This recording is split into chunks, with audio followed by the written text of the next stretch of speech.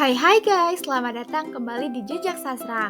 Kali ini kita akan membahas perjalanan berbagai teori sastra dari yang klasik hingga modern.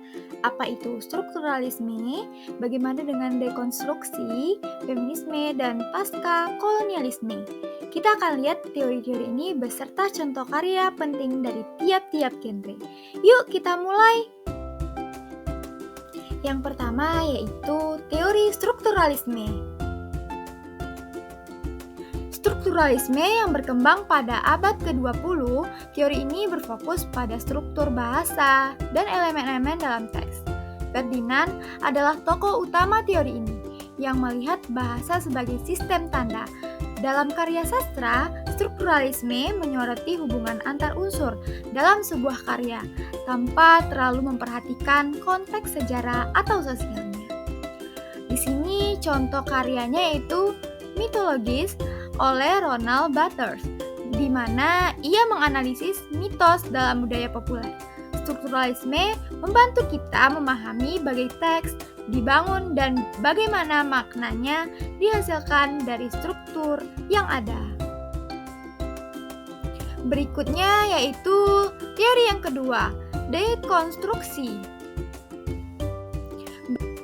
Teori ini sebuah pendekatan yang lahir dari filsuf Jacques Derrida. Dekonstruksi berfokus pada penguraian teks dan memperlihatkan ketidakstabilan makna. Dengan dekonstruksi ini, kita tidak hanya memahami teks berdasarkan maknanya yang jelas, tetapi juga melihat kontradiksi dan ambiguitas yang tersembunyi di dalamnya. Contoh yang menarik dalam novel Heart of Darkness oleh Joseph Conrad. Dalam karya ini, dekonstruksi memungkinkan kita untuk melihat ironi dan kritik terhadap kolonialisme di narasi yang tampak mendukung dan imperialisme. Dekonstruksi membuka peluang bagi kita untuk membaca ulang karya sastra dengan lebih kritis. Selanjutnya yaitu teori yang ketiga, teori feminisme. Teori ini menjadi landasan penting dalam kajian sastra modern. Feminisme berusaha mengungkapkan bagaimana karya sastra menginterpretasikan gender dan mendiskusikan pengalaman perempuan yang seringkali diabaikan dalam sejarah literatur. Karya feminisme penting yaitu adalah A Room of One's Own oleh Virginia Woolf. Woolf mengangkat isu tentang bagaimana perempuan diabaikan dalam dunia sastra karena keterbatasan ruang dan kesempatan untuk berkarya.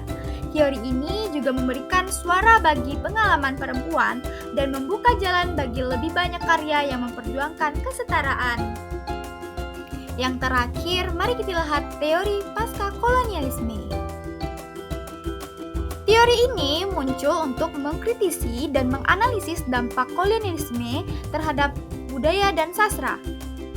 Pasca kolonialisme memfokuskan pada bagaimana narasi kolonial membentuk identitas bangsa yang dijajah, serta bagaimana perlawanan terhadap narasi tersebut muncul dalam karya sastra. Contohnya Things Fall Apart oleh Chinua Achebe yang mengisahkan keruntuhan masyarakat tradisional Afrika akibat kolonialisme Eropa. Karya ini menjadi contoh bagaimana teori pasca kolonialisme bisa menggali dampak kolonialisme pada budaya dan sastra, serta memperlihatkan unsur yang tertindas.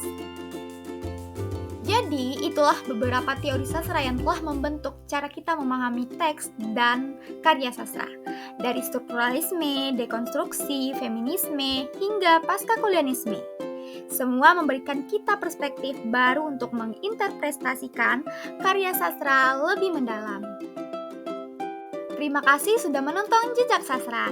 Jangan lupa like, share, dan subscribe untuk konten sastra lainnya. Sampai jumpa di episode berikutnya. Dadah!